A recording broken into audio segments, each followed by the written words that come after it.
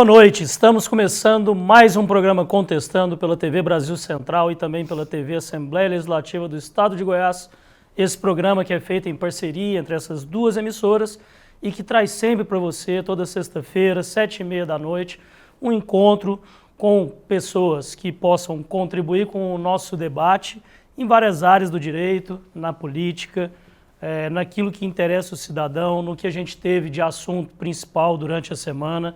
É um programa que a gente procura sempre trazer assuntos relevantes, mas com convidados que possam nos instruir, que possam falar com propriedade, que são conhecedores do assunto, para você poder formar a sua opinião, para você poder trocar ideias, participar do programa. E hoje a gente vai falar sobre o assunto que já está mexendo com toda a população brasileira, no caso principalmente as populações das cidades, que é o pleito desse próximo outubro, que são as eleições municipais que vão ocorrer em todas as cidades do Brasil e aqui em Goiânia também, nas cidades do interior de Goiás.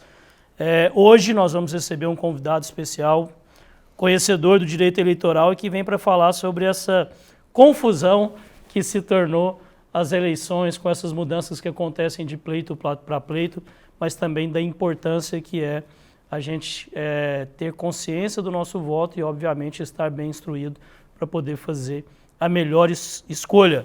Estou aqui com o doutor Danilo de Freitas, advogado especializado em direito eleitoral. Seja bem-vindo, doutor Danilo. Eu agradeço mais uma vez o convite, Daniel, participar desse importante programa Contestando com a Michele e com o Geraldo Neto. É isso. O doutor Danilo já apresentou os nossos comentaristas. Hoje eu vou começar com a Michele Moura, que é jornalista publicitária, trabalha aqui na casa, na TV Assembleia Legislativa.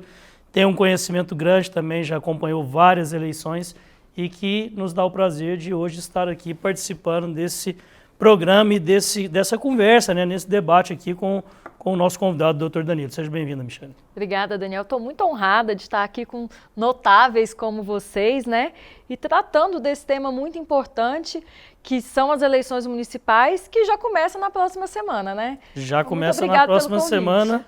Para muitos já começou já tem algum tempo, tenho certeza que o doutor Danilo já está trabalhando bastante já, mas na próxima semana oficialmente as eleições estão aí, até outubro a gente vai falar muito sobre isso. Também comigo, como sempre, o doutor Geraldo Fonseca. Seja bem-vindo, doutor Geraldo. Boa noite, Daniel. Boa noite, Michele. É uma honra, Danilo, tê-lo aqui conosco. Obrigado por ter aceitado o convite. Eu agradeço. É isso, doutor Danilo de Freitas, advogado, pós-graduado em Direito Processual Civil, em Direito de Estado e em Direito Eleitoral, ex-professor de graduação e pós-graduação, ex-conselheiro da OAB Goiás, fundador e atual presidente do IGDEL, Instituto Goiano de Direito Eleitoral, membro fundador da ABRADEP, Academia Brasileira de Direito Eleitoral e Político, membro do Departamento de Direito Eleitoral da Federação Nacional dos Institutos do Advogado do Brasil. Uma carreira voltada para o direito eleitoral e para o direito público.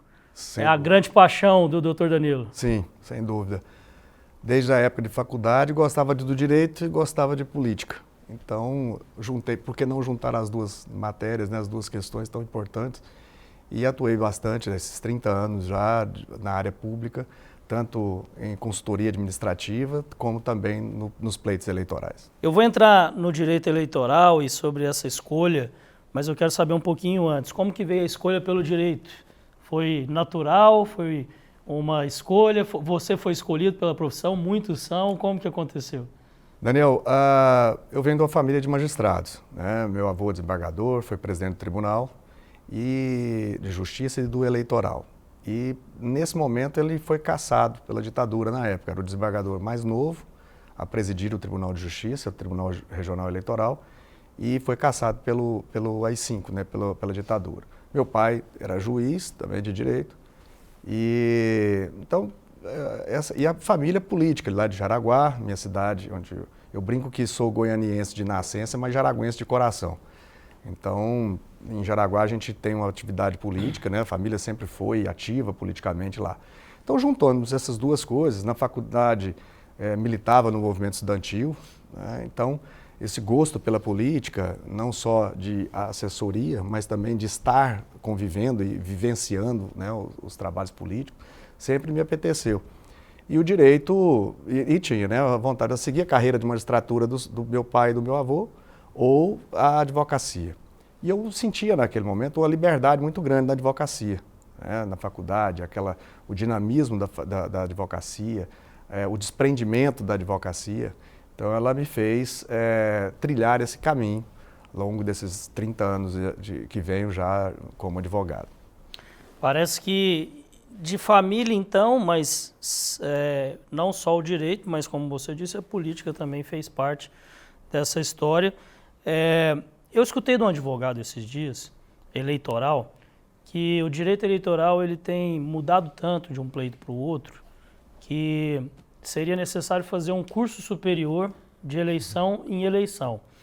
Eu brinquei com ele, eu falei, mas nem no curso superior de direito, a matéria de direito eleitoral existe como parte da grade, ela é uma matéria optativa. Sim. É uma falha nossa isso? Sim, e eu tentei, quando eu fui conselheiro da OAB em 2012, na eleição de 2012, quando tive que renunciar porque aceitei na época um convite do governador de ser secretário de Estado. Então afastei da advocacia durante 4 anos e fui secretário de Estado. Nesse período pude acompanhar do lado de lá, né, o que a gente oferece como consultoria, né, para tentar agilizar os processos, os procedimentos administrativos, enfim, licitações e tudo. Mas nessa época eu consegui, junto com o conselho da época também, criar na OAB a Comissão de Direito Eleitoral, que não existia. Paralelo a isso, a gente vinha tentando já criar as cadeiras efetivas nas faculdades aqui de Goiânia, de Goiás, da matéria do direito eleitoral, porque ela era eletiva ou às vezes complementar, né, como diz, ela não era uma cadeira efetiva da faculdade. E isso traz muitos transtornos, porque é uma matéria super importante, nós vivemos isso no dia a dia, né, do nosso país, na democracia e tudo, e nós não tínhamos dentro da cadeira de direito, dentro do curso de direito, uma cadeira efetiva de direito eleitoral. Esses dias eu estava zapeando aqui na internet e aí mandaram para mim um vídeo interessante, Geraldo.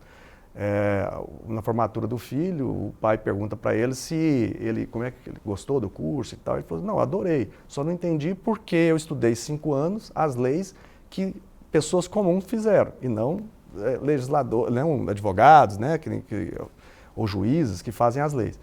Então ele foi explicar para o filho que é um processo democrático, não tinha harmonia dos poderes.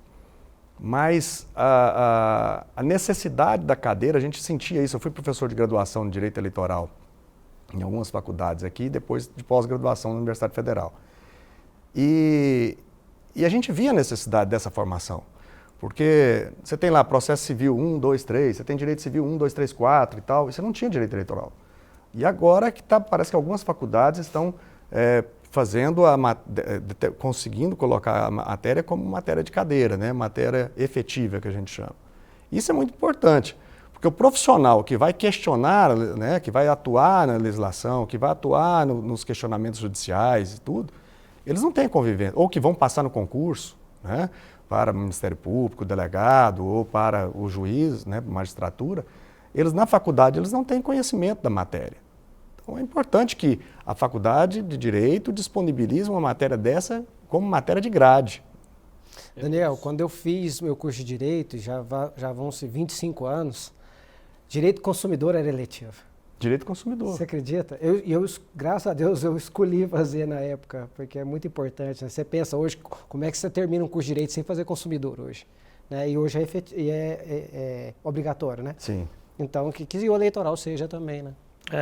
Até os cursos, por exemplo, eu vivi uma dicotomia muito grande. Eu tinha a especialidade da prática, mas eu não tinha o título de especialista, mestre, na matéria de direito eleitoral. Então, mas eu tinha em outra matéria. Então, eu pude dar aula no curso superior, porque na outra especialização tinha metodologia do ensino superior. Então, ela permite que você ministre aula no ensino superior. No entanto, eu não tinha a especialidade, vamos dizer assim, acadêmica, do título, para dar aula para graduação. Então, eu dava aula de graduação de Direito Eleitoral, mas eu era especialista em constitucional, não tinha nem a especialização de título na matéria de Direito Eleitoral. Mas ainda hoje é difícil Aqui, eu não sei como é que está muito aqui em Goiás, mas a gente não acha muito curso de direito eleitoral ou mesmo de marketing eleitoral e afins, bem específico, né? A gente tem que procurar fora, porque a gente não tem aqui para poder se especializar e entender mais sobre o assunto, né? De forma embrionária já começa a ter, não que merecia proficuamente, né, vários cursos, mas já tem alguns cursos que são oferecidos aqui na área de especialização do direito eleitoral. Gostaria que tivesse mais, né? Eu vi que não sei, acho que a Lego está lançando uma pós-graduação eles chamam de direito político, mas com certeza envolve todo o direito eleitoral, né? É para ensinar mais como participar do processo legislativo dentro da Assembleia, mas com certeza vai ser voltado para o direito eleitoral. Nós temos muitos cursos bons na área do direito eleitoral. O Dr. Darilo mesmo, eu estou vendo aqui, preside o Instituto Goiano de Direito Eleitoral. Então, e nós temos as matérias que existem na faculdade, que não estão na grade, são optativas, pelo menos na maioria delas, também são muito boas. Eu tive a oportunidade de fazer quando eu fiz direito eleitoral, e tive uma instrução muito boa. Eu acho que deveria ser mais difundido como formação básica. Não só nas faculdades, né? Eu acho que a gente deveria ter também no ensino, e isso é uma discussão já de muitos anos, algumas noções de direitos no ensino fundamental. E o que seria mais importante? A gente falou sobre direito do consumidor, direito civil, mas direito eleitoral, definir os rumos da nossa cidade, da nossa sociedade também. Acredito que é muito importante. E por trabalhar com jornalismo há muitos anos, eu percebo na população uma carência e muitas dúvidas com relação a como que funcionam as eleições, dúvidas que inclusive às vezes acabam desmotivando essas pessoas a votar, a não acreditar nesse processo. E a gente tem que lembrar que esse processo é fundamental para a nossa democracia. Não sei como que o senhor pensa. Sim, não tenho dúvida, Daniel.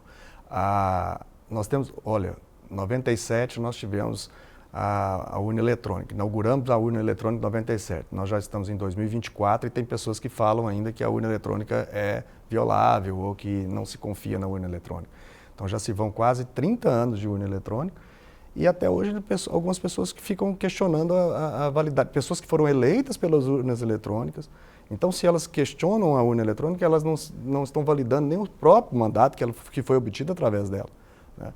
É importante que a gente tenha essa difusão nós estamos vendo hoje governos exteriores que falam mal da nossa urna, que tem um processo muito mais tenebroso, né, que o nosso, e faz com que a Justiça Eleitoral lance mão de uma propaganda maciça na televisão, né, para esclarecer que a urna eletrônica é segura, que não tem problema. Então, por que isso? Porque nossa população, ela vive essa insegurança, né? Vive essa, vamos dizer assim, essa incerteza, né? Porque me falaram, porque me disseram, né?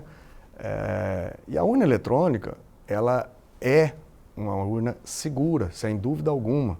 Ela não tem, já se tentou, por diversas vezes, liberar todos os anos, né, todos os pré-anos de pré-eleição, se libera o processo eleitoral para que vários órgãos, várias instituições, públicas e privadas, tentem hackear, chama hacker, põe lá à disposição, põe na salinha e fala assim, divirta-se. E nunca teve nenhuma comprovação de fraude nas urnas eletrônicas. Mas isso é fruto dessa ausência, né, por exemplo, um curso que é correlato e muito importante, ciência política, né? Então, nós temos o direito eleitoral focado na legislação, mas nós temos também um curso correlato, que é ciência política, que ela é o estudo da política mesmo, dos caminhos políticos, né? E isso é muito importante para a democracia. Mas nós vivemos um país de dimensões gigantescas, né?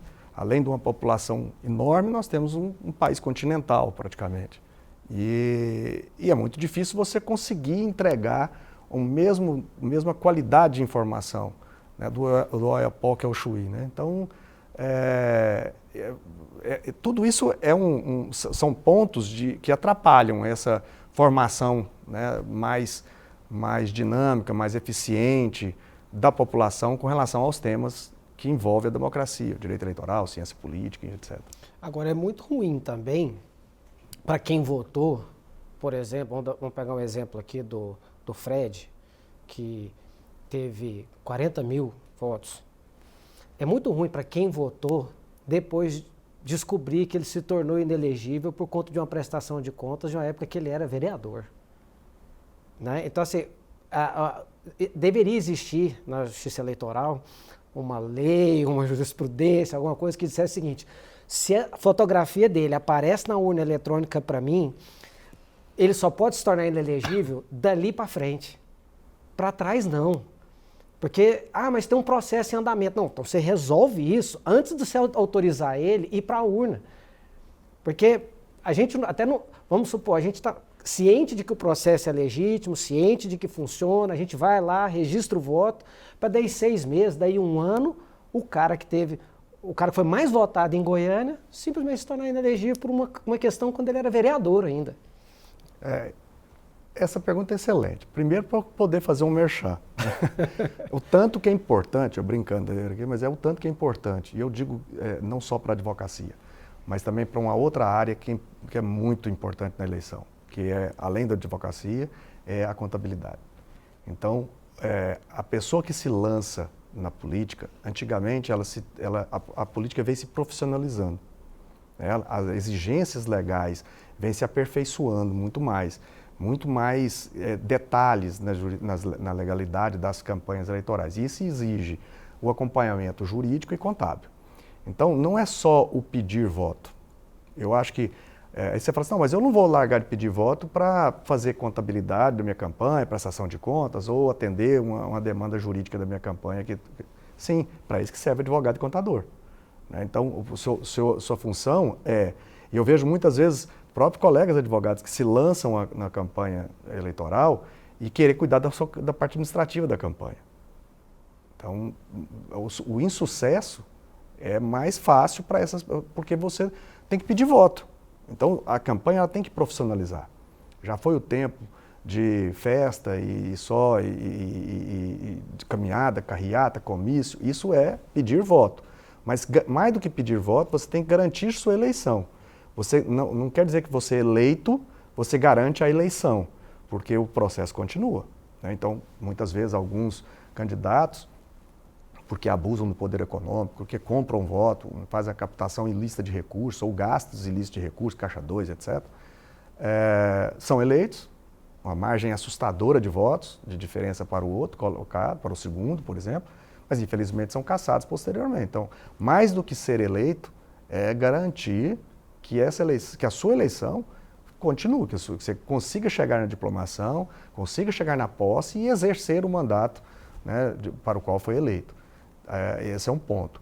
O segundo ponto é que você não pode simplesmente virar as costas. No caso do candidato que você citou, a prestação de contas era passada. Sim, mas... por exemplo, recentemente nós tivemos aqui um voto do ministro Dias Toffoli, numa ação direta de inconstitucionalidade, que alegava que o conceito de quitação eleitoral, pela lei, ele fala que a quitação eleitoral se você está quite com o pagamento de multas, às vezes a pessoa, por exemplo, o voto no Brasil é obrigatório.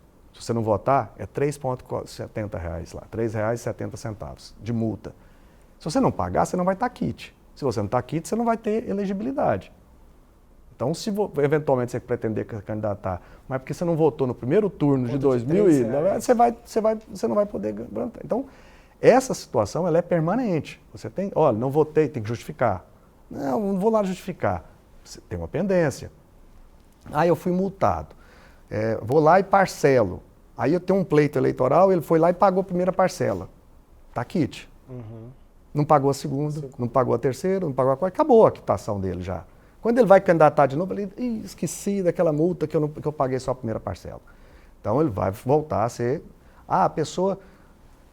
o Dias Toffoli, voltando aqui na questão do ministro, ele deu uma decisão que veio dar a segurança jurídica que precisava. Porque na lei não exige, fala só que a quitação eleitoral, por exemplo, com relação à prestação de contas, é apresentar a prestação de contas e não aprovar a prestação de contas.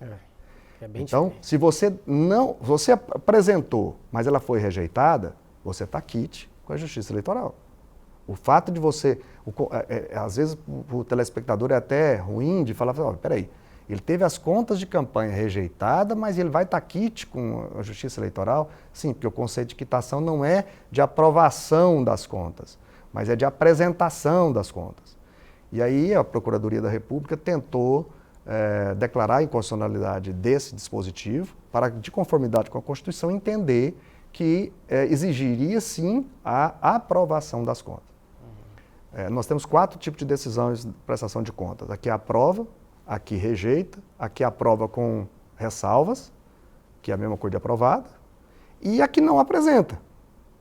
Então, se você não apresentar, você tem 3, outra você apresenta, você vai rejeitada, ou apresenta e é aprovado, ou apresenta aprovada com ressalva, você está quite.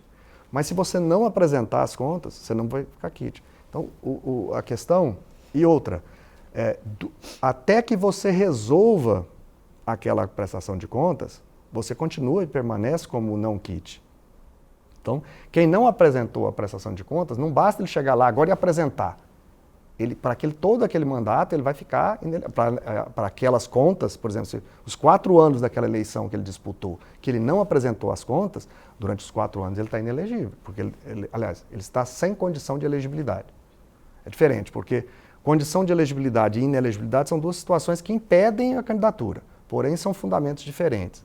Condição de elegibilidade é você ter idade para o cargo, você ser brasileiro, né?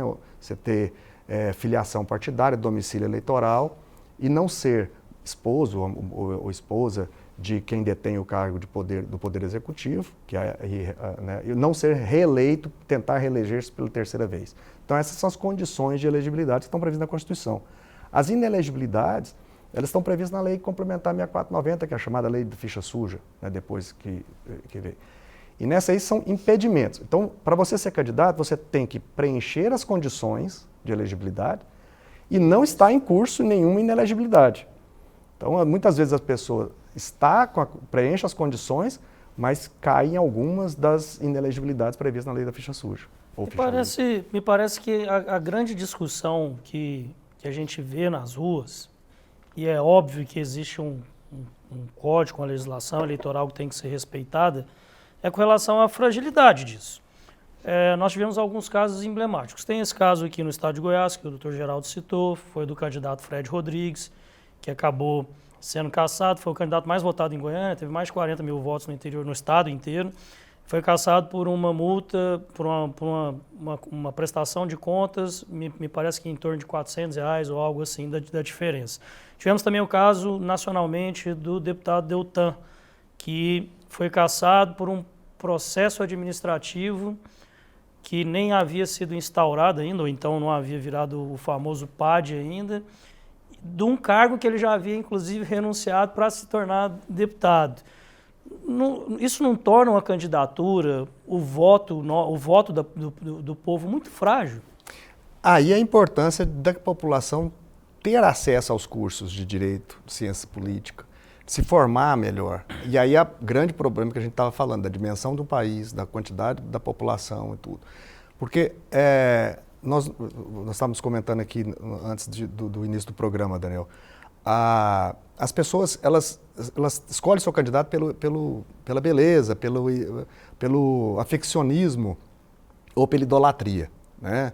E não para conhecer mesmo, né? Por exemplo, no caso do Deltan Dallagnol, ele foi cassado e o argumento da cassação era de que ele usou a possibilidade de ser eleito para fugir do PAD, né?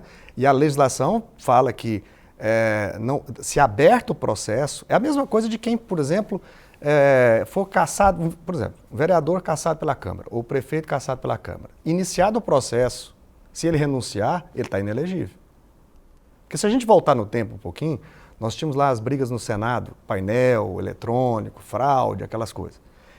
E naquela época, o processo, ele via e falou, vou ser cassado, ele renunciava, para não ficar inelegível. Então, houve uma alteração da legislação, dizendo que se a renúncia ocorrer após o início do processo, ele fica inelegível.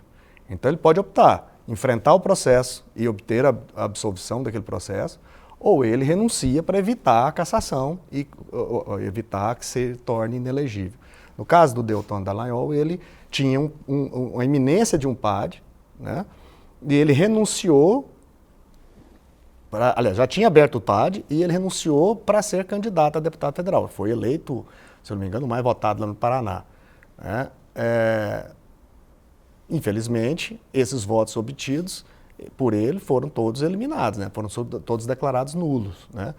Há uma frustração do ponto de vista do eleitor? Não tenho dúvida. Não tenho dúvida que o eleitor que vota num candidato, que a mesma coisa acontece, por exemplo, com o eleitor que vota num candidato, que depois se apura num procedimento investigativo e depois, posteriormente, pela uma ação na justiça, de que ele cometeu um abuso de poder econômico. Então, fala assim, poxa, eu acreditei naquele candidato, eu votei porque eu achava que ele era íntegro e tudo, e ele comete um ato ilícito da campanha que gera a cassação do seu mandato. E mais ainda, gera a cassação do meu voto que foi dado a ele. Então, há uma frustração também, né? E aí acontece. Eu só vi uma vez na minha vida, em 30 anos de advocacia eleitoral, eu vi uma vez um governador que perdeu a eleição, ele virar para a repórter que perguntou a ele o que tinha faltado, ele falou, voto, minha filha. Então, ele falou, voto. Foi muito simples, né? Então, assim, governador numa campanha de reeleição, perdeu a eleição, e ele virou para ela muito devagar, falou, faltou voto. Muitos não têm essa, aliás, quase todos, não têm essa, ou ele fala que o adversário roubou a eleição, ou que houve derramamento de dinheiro, ou que a justiça cassou ele indevidamente, que não deu direito a ele. Então, N's, né, justificativas são usadas porque ele não quer assumir a derrota eleitoral. Então, só viu um candidato até hoje, e um governador de estado, inclusive, falar isso. Nós vivemos um momento, Michele, onde há suspeita que alguns países aqui vizinhos nossos também falta voto, mas mesmo assim não se perde a eleição. Temos um caso aí, né? Aconteceu agora lá na Venezuela. Como que a gente explica isso, né?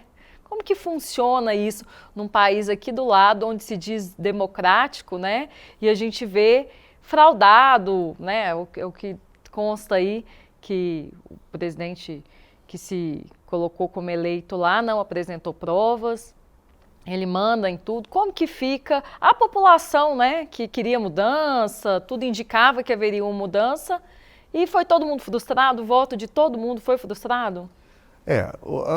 Primeiro, só voltando um pouquinho no caso da Venezuela, é tão engraçado porque as pessoas, hoje, o nível de informação ou desinformação é tão grande que, por exemplo, ontem eu estava na feira e a gente tem um suco lá, uma barraquinha de suco, e eu pedi o suco e ele veio me perguntar, o que nós vamos fazer com a Venezuela? Eu falei, que eu tenho a ver com a Venezuela? E ele falou, como assim? O que nós vamos fazer? Ele falou, nós temos que tirar aquele homem de lá.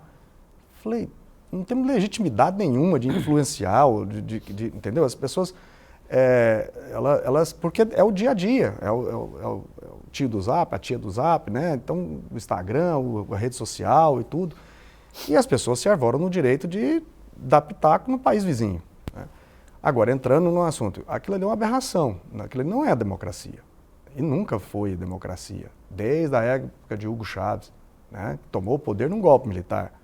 Então, não é porque você tira as vestimentas e o traje e o uniforme do Exército que deixa de ser um golpe militar, né? Ali ele está, hoje, usurpando um cargo, não tenho dúvida disso, mas a população ele tem que resolver, quem tem que resolver são eles. Nós não podemos, o Brasil não vai entrar lá, entrar na fronteira com a Venezuela e com tanques e tirar ele do poder. Nem muito menos os Estados Unidos vai descer um avião com mariners lá e tomar a Venezuela também. Eles têm que resolver aquilo ali, né? Internamente. Força com força, né? Você quer uma guerra civil? Não é isso que eu estou dizendo. Mas forçar até quanto mais não poder. Porque o grande medo de um ditador, quando é deposto, ou quando é deposto pela força ou deposto pelas urnas, o que seria muito mais fácil para ele era fazer uma composição de derrotado pelas urnas ele falou, ó, eu estou vencido pelo voto, e ele acompanhar ou procurar um caminho de que ele pudesse preservar a integridade dele, física e de direitos, é muito mais fácil quando você é deposto pela força e não pelo voto, né? Então, quando você é deposto da força, você não sabe o que vai acontecer. É força, é exército para cá, é tiro para lá e tal, você não sabe o que vai acontecer. Pelo voto é muito mais simples. Então, era muito mais fácil que ele reconhecesse a derrota, né, apresentasse. O que paira sobre lá cadê as atas, cadê os votos, cadê a legitimidade disso, né, dessa eleição? E é isso que é importante. A comunidade estrangeira, internacional, inclusive o Brasil, precisa porque temos relações comerciais também, né? Então é preciso que tenha transparência no processo democrático. Agora, infelizmente, quem tem que resolver, né, são eles. É uma questão de soberania, né? Um país não pode ultrapassar os limites da soberania do outro, né? A gente pode dar nossos palpites, né? Unir aos outros países em prol do que é o mais correto, né? Pedir prestação de contas e tal. Mas... e o país também ele tem as relações diplomáticas. Então, ele não necessariamente interfere nas eleições ou nas decisões tomadas, mas ele pode repudiá-las e pode sancionar o país a qual ele entende que não está vivendo uma democracia plena, se assim acontecer. Não me parece que foi o caso do governo brasileiro.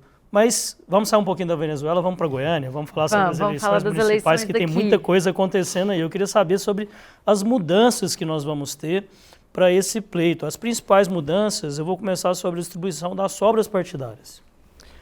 Daniel, essa eu até trouxe a cola, porque é impossível qualquer pessoa, por mais que especialista em direito eleitoral, operador do direito, fazer a conta sem um auxílio aqui, porque a regra é bem complexa, bem complicada. Bom, primeiro vamos para as eleições, né? Nós temos duas eleições, dois sistemas. Nós temos o sistema majoritário e nós temos o sistema proporcional. O sistema majoritário é o que elege prefeito, no caso dessas eleições municipais, elege prefeito e vice. Então, eleição majoritária. Para essas, é possível hoje fazer coligação. Então, antigamente nós tínhamos coligação para majoritário, prefeito e vice, e coligações proporcionais, que é outro sistema, que é a eleição de vereadores. Então, até um tempo atrás, nós tínhamos coligação majoritária e coligação proporcional. E poderia ser a repetição da majoritária, por exemplo, são 5 partidos da majoritária. Esses 5 partidos poderiam fazer coligação proporcional. Agora, depois se permitia fazer, na proporcional, desses 5 partidos, poderia fazer binárias. Então, por exemplo, podia ter uma coligação de 2, uma coligação de 2 e um sozinho. Ou uma coligação de 3 e uma coligação de 2. Agora, essas coligações proporcionais não existem mais. Então, eu não posso fazer coligação além da majoritária. Eu posso reunir todos os partidos que convergem para aquele espectro político, pelo aquele candidato, aquela ideologia, juntá-los numa coligação majoritária, aumentando tempo de televisão, aumentando os recursos financeiros da campanha, isso televisão e rádio, né? Agora, não pode mais ter coligação proporcional. Então, na eleição proporcional é cada um por si. Então, eu tenho, às vezes, 8 partidos na coligação majoritária, mas cada um deles vai ter que ter sua lista de candidatos. É possível eu ter um partido que não tenha candidato proporcional, mas esteja na coligação majoritária? Sim, não há problema. Ele pode contribuir com tempo de televisão lá, na majoritária, mas ele não tem lista, não tem chapa de candidato a vereador. É possível. Ou é possível, a única diferença de hoje de coligação tudo é que criou-se a figura da federação. Então, partidos podem, antes da eleição, eles fazem uma federação e aí eles trabalham como se um único partido fosse, né? Mas são 2 partidos, 3 partidos e tal. No caso da eleição proporcional, o partido que delibere sobre uma chapa, que ele fala assim, não, eu vou apoiar o candidato a prefeito e vice, mas eu vou lançar uma chapa de vereador isolado. Ele tem que lançar, até tínhamos números sobre percentual, né? Antigamente, se coligar tem tantos % de candidatos. Agora não, agora a regra é número de vagas a serem preenchidas mais 1. Então nós temos, em Goiás nós temos câmaras municipais, que é o número de habitantes, né, que é proporcional ao número de habitantes. Então nós temos de 9 vereadores, que é o mínimo, até 35, que é Goiânia. Então nós temos 9, 11, 13, 15, 17, 21 e vai. Pode ter 20? Pode. Eu estou falando essas porque tenho certeza que tem esses números de vereadores. Então, exemplo, se você tem uma Câmara com 9 vereadores, numa cidade do interior menor, você pode lançar 10 candidatos. Então, estou usando isso porque até os percentuais para a gente usar depois é mais fácil. Então, um partido que tem uma Câmara de 9 vereadores, ele pode lançar 10 candidatos. Tem que observar desses 10 candidatos o percentual de gênero. Então, 30% de gênero. Aí você fala, então 30% de mulher. Não, não é 30% de mulher, é 30% de gênero. Porque eu posso lançar 70% de mulher e eu tenho que respeitar 30% de homens. E aí eu até usar o espaço, porque é preciso que as mulheres, por mais que nós tenhamos, Michele, 51% do eleitorado mulher, nós temos um número maior mas nós não temos essa proporcionalidade participando das eleições. Então, isso vem do histórico, né, do machismo, da sociedade machista, dos empresários que eram homens.